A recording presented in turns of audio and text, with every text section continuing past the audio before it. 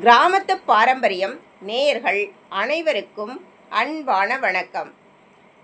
இந்த வருஷம் 2026 மே மாதம் 1ஆம் தேதி, அதாவது உழைப்பாளர் தினம் அப்படின்னு சொல்லுவாங்க. அந்த உழைப்பாளர் தினத்து அன்னைக்கு தான் நம்மளுக்கு சித்ரா பௌர்ணமி வருது. அந்த சித்ரா பௌர்ணமி பார்த்திங்கன்னா முதல் நாள் வியாழக்கிழமை இரவு 9:50க்கு ஆரம்பித்து வெள்ளிக்கிழமை இரவு வரைக்கும் அந்த சித்ரா பௌர்ணமி இருக்குது. அதுக்கு அப்புறமா தான் நம்மளுக்கு பிரதமே ஆரம்பிக்குது. அதனால் இந்த சித்ரா பௌர்ணமியை வெள்ளிக்கிழமை மே மாதம் 1ஆம் தேதி நம்ம கொண்டாடலாம். சித்ரா புத்திரருக்கு எப்படி பூஜை செய்வோம் அப்படின்னு பார்க்கலாம். சித்ரா புத்திரருக்கு பூஜை செய்கிறதுக்கு பார்த்திங்கன்னா முதல் நாளே நாங்கள் வீடெல்லாம் சுத்தப்படுத்திடுவோம். முதல் நாளே சுத்தப்படுத்திட்டு அந்த சித்ரா புத்திரருக்கு மாக்கோலம் போடுவோம். மாக்கோலம் போடுவோம்னா கோலமாக போடாமல் அந்த சித்ரா புத்திரர் நடந்து வர அவருடைய காலடிகளை போட்டிருப்போம். நடந்து வர்ற மாதிரி ஒரு பக்கத்தில் போட்டிருப்போம். போட்டு அதில் பார்த்திங்கன்னா விசிறி, அப்புறம் மாங்காய், அப்புறம் தேங்காய், மாங்கொத்து, இது எல்லாமே ஒரு பக்கம் போட்டிருப்போம். படம்லாம் போட்டு அவர் நடந்து வர்ற ஒரு பாதங்கள் போட்டிருப்போம். போட்டுட்டு அந்த பூஜை அறையில் பார்த்திங்கன்னா 2 பக்கமும் வாழை மரங்கள்லாம் கட்டி அந்த படங்கள் எல்லாமே சாமி படங்கள்லாம் சுத்தம் பண்ணி பொட்டெல்லாம் வச்சு பூ போட்டு அதெல்லாம் அலங்காரம் பண்ணி வச்சுட்டு நெய் தீபம் ஏற்றுவோம். குத்து விளக்கு 2 பக்கமும் ஏற்றி வச்சுருப்போம். ஏற்றி வச்சுட்டு ஒரு முறம் ஒன்று எடுத்து அந்த முரத்தில் பார்த்திங்கன்னா நல்லா சாணம் போட்டு மெழுகி சுத்தம் பண்ணி அதை எடுத்து வச்சுருப்போம். எடுத்து வச்சுட்டு அந்த முரத்தில் பார்த்திங்கன்னா 7 கட்டங்கள் போட்டிருப்போம். அந்த 7 கட்டங்கள்லேயும் 7 நவதானியங்கள் அதில் எடுத்து வச்சுருப்போம். என்னென்னா நெல், உளுந்து, பயறு, துவரம்பருப்பு, கடலப்பருப்பு, கோதுமை, கடுகு, இது எல்லாம் அந்த முரத்தில் எடுத்து வச்சுருப்போம். எடுத்து வச்சுட்டு பார்த்திங்கன்னா அதில் மாங்காய், ஒரு மட்டை தேங்காய் மட்டையை மட்டும் மேலே உள்ள லேயரை மட்டும் எடுத்துகிட்டு பாக்கி உள்ள அந்த தேங்காயை அதில் வச்சுருப்போம். அப்புறம் ஒரு நோட்டு, ஒரு பேனா ஒன்று அந்த முரத்தில் வச்சுருப்போம். எதுக்குன்னா எல்லோரும் இந்த சித்ரா பௌர்ணமி தான் ஒரு கணக்கு ஆரம்பிக்கிற நாள். அதாவது சித்ரா புத்திரர் கணக்கு எழுதுறது அப்படின்னு சொல்லுவாங்க. அதுக்காக சித்ரா புத்திரர் கணக்கு எழுதுறதுக்காக நம்ம அதில் வச்சுருக்கோம் அப்படின்னு சொல்லுவாங்க.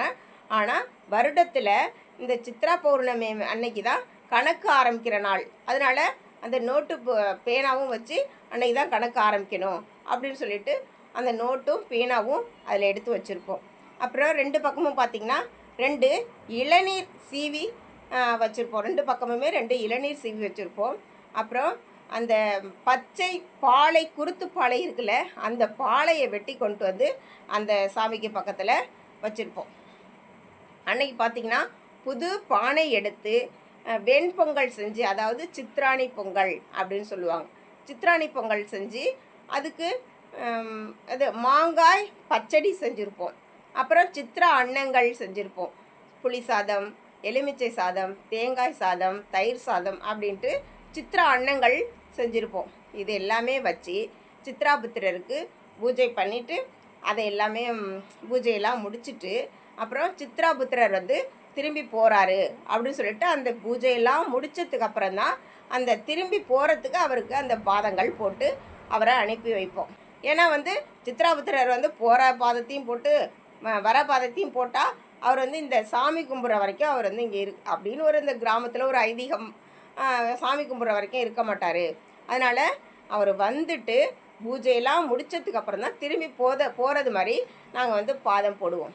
இதையெல்லாம் முடிச்சுட்டு அதுக்கப்புறமா எங்கள் ஊருக்கு பக்கத்தில் எட்டுக்குடி முருகனுடைய ஸ்தலம், அதாவது முருகனுடைய மிக உயர்ந்த ஸ்தலம்னு சொல்லுவாங்க. அதை ஒரு ராஜா ஒரு சிற்பியை முருகன் சிலை வடிக்க சொல்லியிருக்கார். முருகன் சிலை வடித்ததும் அந்த முருகன் சிலை பார்த்திங்கன்னா அவ்வளவு ஒரு அழகான ஒரு சிலையாக வடிச்சிருக்கார்.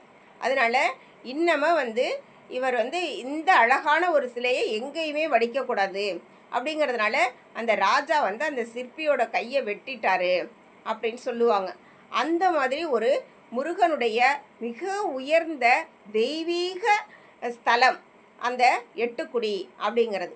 அந்த எட்டுக்குடிக்கு எங்கள் ஊர்லேருந்து எல்லாருமே என்ன பண்ணுவாங்க, காவடி கட்டிட்டு இங்கேருந்து நடந்து போவாங்க.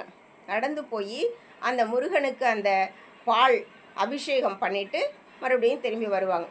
திரும்பி வந்து என்ன பண்ணுவாங்கன்னா, மத்தியானம் ஒரு இது எல்லாமே முடிச்சுட்டு போகிறாங்களா, போயிட்டு அன்றைக்கி நைட்டு தான், ஏன்னா நடந்து போயிட்டு அங்கேருந்து பஸ்ஸில் வருவாங்க. அன்றைக்கி நைட் ஆகிடும், இல்லை விடிய காலம்பரம் ஆகிடும். அதை கொண்டு வந்து வச்சுருவாங்க. அப்படியே வச்சுட்டு மறுநாள் அதை எடுக்க மாட்டோம். அதுக்கு 3ஆவது நாள் தான் அந்த காவடிக்கு வந்து நாங்கள் சாம்பிராணி போடுவோம். அதாவது பூஜை பண்ணுவோம்.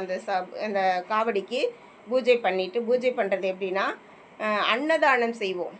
நிறைய பேரை கூப்பிட்டு பூஜை பண்ணி அன்னதானம் பண்ணி அந்த காவடிக்கு அப்படி சாம்பிராணி போடுவோம். இந்த ஒரு முறையில் தான் நாங்கள் வந்து கிராமத்துலலாம் இந்த சித்ராணி, அதாவது சித்ரா பௌர்ணமி அன்னைக்கு நாங்கள் வந்து ரொம்பவுமே விசேஷமாக பூஜை செய்வோம். இந்த வீடியோ பிடிச்சிருந்தா லைக் பண்ணுங்கள், ஷேர் பண்ணுங்கள், கமெண்ட் பண்ணுங்கள்.